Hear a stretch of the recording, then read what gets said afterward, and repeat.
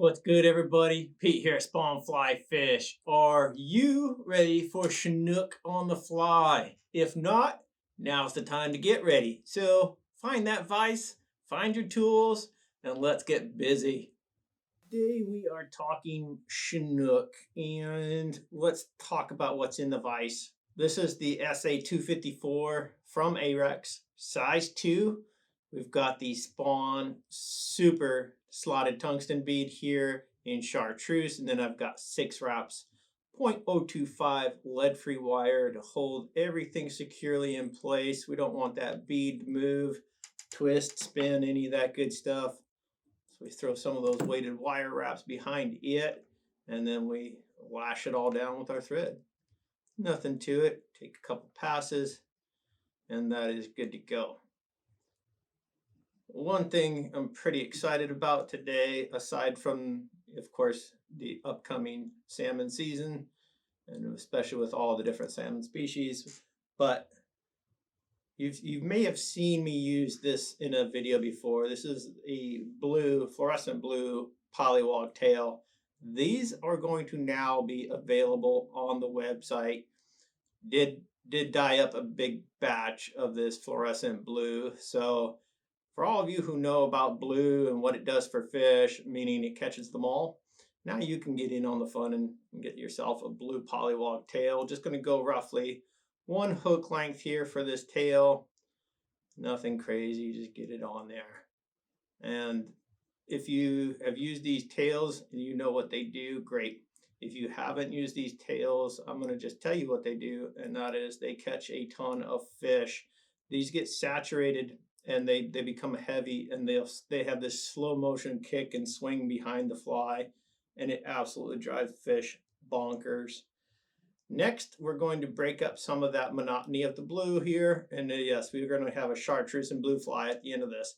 But this is Spawn green-winged teal dyed chartreuse. As you can see, got a little section trimmed out there at the tip, and that'll be for a nice clean tie-in spot. Just going to wrap that or tie that in, and then we will wrap all of it, not peeling any of the fibers today, just going to wrap it as is. But chartreuse and blue is deadly for a lot of different salmon species. So even if you don't maybe get the chance to get out for Chinook, well, right around the corner after that, you're going to have a shot at some chum, some coho, different things. So don't be too upset if you don't get to go chase a bunch of Chinook right away with this fly. It's definitely going to be worth keeping in the box. So there we've got 3 wraps, and that is more than enough. I'm just going to peel a little bit of that fibers away from that quill, create a clean V there, and just tie off like that. Beauty. Cut out that little tag portion or butt end of the quill.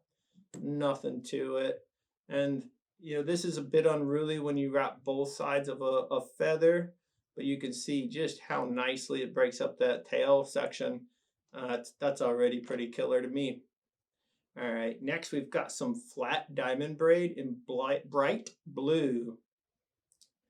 And I'm just going to tie this in. Normally this is where I get picky and go, all right, you got to tie that right up to those weighted wires. It's flat diamond braid. It's not going to cause a big bump in your underbody, so just go ahead and get it tied in and then wrap securely. So that's all we're going to do. Just want that blue body, and so you can kind of see what we're going to have. We're doing overlap wrap here, not touching wrap, meaning there is a slight overlap as we wrap this forward, and all it's going to do is just reinforce that blue tone, and that's what we want. So there you go, blue body now. So we got blue to chartreuse to blue, and pretty simple as far as figuring out the color scheme here.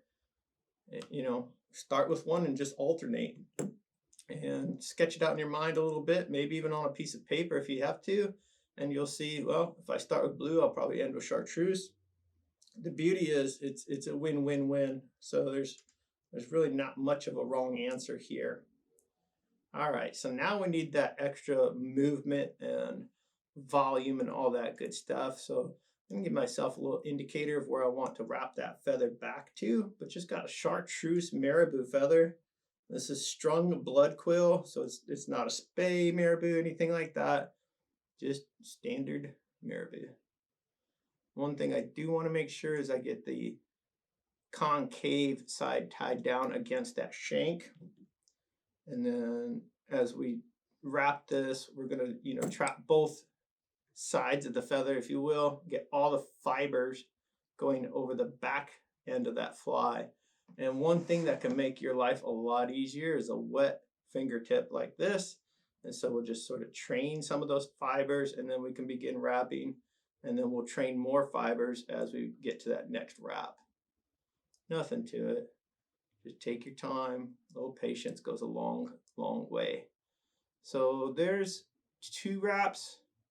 Let's get one more in there. I want a lot of movement on this, a lot of flow, so that even if I'm not actively stripping or moving this fly, it's still doing something. And sometimes that's all it takes, is that little extra wave or wink at them.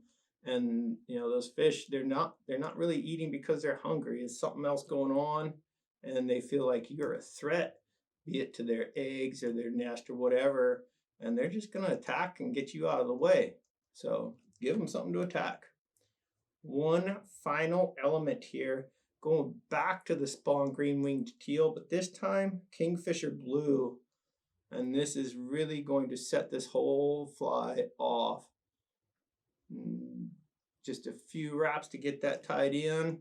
Go ahead and trim out that little portion there. We don't need it.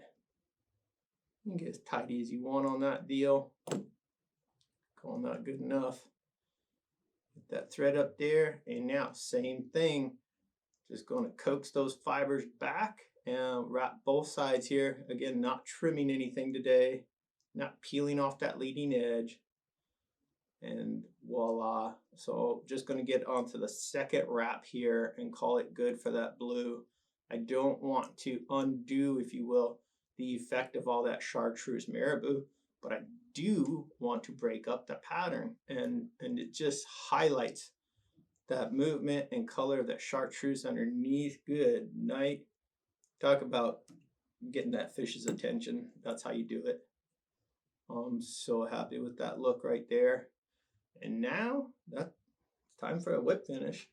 Pretty painless, but your fishing buddies might not know that. So by all means, tell them, yeah, I lost some sleep last night trying to tie these flies and get ready for you. And and then when they say, boy, I'd like to give you something for that, well, now what they have to offer you might be a little bit better. Trim out that thread, and let's throw some head cement on this bad boy. Nothing to it. Just want to get a nice coat of head cement around all that thread.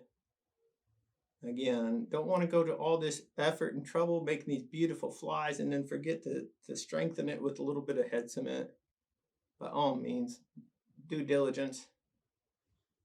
Just get her on there and let that puppy hunt. And there you have it, folks. That is a Chinook Slayer right there.